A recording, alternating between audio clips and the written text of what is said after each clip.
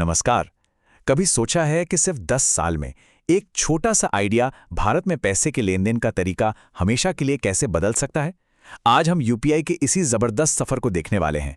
कैसे एक छोटा सा पायलट प्रोग्राम दुनिया की सबसे बड़ी डिजिटल पेमेंट ताकत बन गया। चलिए थोड़ा सा पीछे चलते हैं। वो दिन याद है जब घर से निकलने से पहले बटुआ चेक करना जरूरी होता था। खुले पैसों की टेंशन, बैंकों की वो लंबी लंबी लाइनें। सच कहूं तो उस दुनिया और आज की दुनिया में वाकई जमीन आसमान का फर्क है।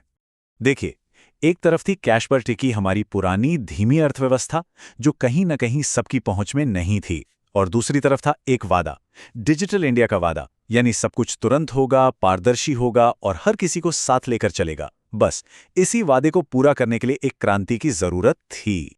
और फिर वो क्रांति आई यूपीआई के रूप में, एक ऐसा सिस्टम जिसने सच में भारत के पेमेंट करने का तरीका ही बदल दिया। तो चलिए समझते हैं कि इसकी शुरुआत कैसे हुई। तो बात है 2016 से पहले की, जब हम सब ज्यादातर कैश पर ही निर्भर थे।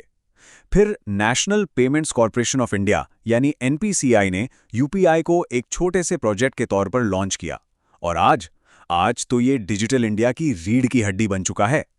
अब देखते हैं कि ये छोटा सा पायलट प्रोग्राम आखिर देश का सबसे बड़ा डिजिटल पावर हाउस बना कैसे।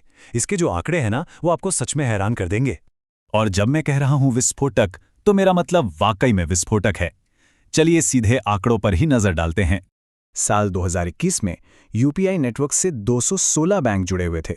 ये एक अच्छी शुरुआत तो थी, लेकिन असली तूफान तो इसके बाद आना था। जनवरी 2026 आते आते ये संख्या बढ़कर हो गई 691। जरा सोचिए, कुछ ही सालों में 3 गुना से भी ज्यादा की छलांग। ये दिखाता है कि यूपीआई कितनी तेजी से फैला है। लेकिन सबसे चौंकाने वाला आंकड़ा तो ये है, 49%। जानते हैं ये क्या है? ये है दुनिया भर में होने वाले total real time digital transactions में अकेले यूपीआई की हिस्सेदारी। ये विजुअल इसे और भी साफ कर देता है। मतलब दुनिया के लगभग आधे real time digital payments Bharat के सिर्फ एक प्लेटफॉर्म से हो रहे हैं।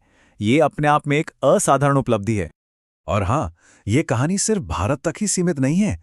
अब तो यूपीआई दुनिया भर में अपनी एक अलग पहचान बना रहा है। आइए देखते हैं कि ये कैसे हो रहा है। आज यूपीआई फ्रांस, यूएई, सिंगापुर जैसे कई बड़े देशों में काम कर रहा है, या वहां के पेमेंट सिस्टम के साथ जुड़ चुका है।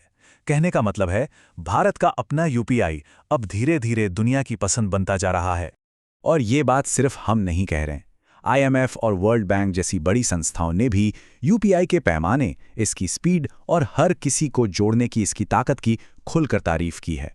तो सवाल उठता है कि इस जबरदस्त सफलता का राज क्या है? इसका जवाब इसके मूल विचार में ही छिपा है। यूपीआई सिर्फ एक पेमेंट सिस्टम नहीं है, ये उससे कहीं कहीं ज्यादा है। यूपीआई को एक लोगों का प्लेटफॉर्म कहा जाता है।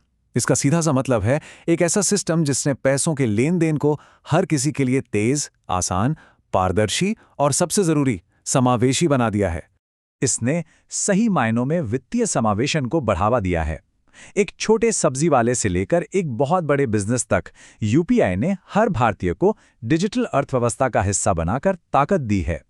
यूपीआई की ये कहानी हमें एक बहुत ही अहम सवाल पे लाकर छोड़ती है कि जब कोई टेक्नोलॉजी सिर्फ कुछ लोगों के लिए नहीं बल्कि हर किसी के लिए बनाई जाती है, तो उसकी संभावनाओं की कोई सीमा नहीं होती।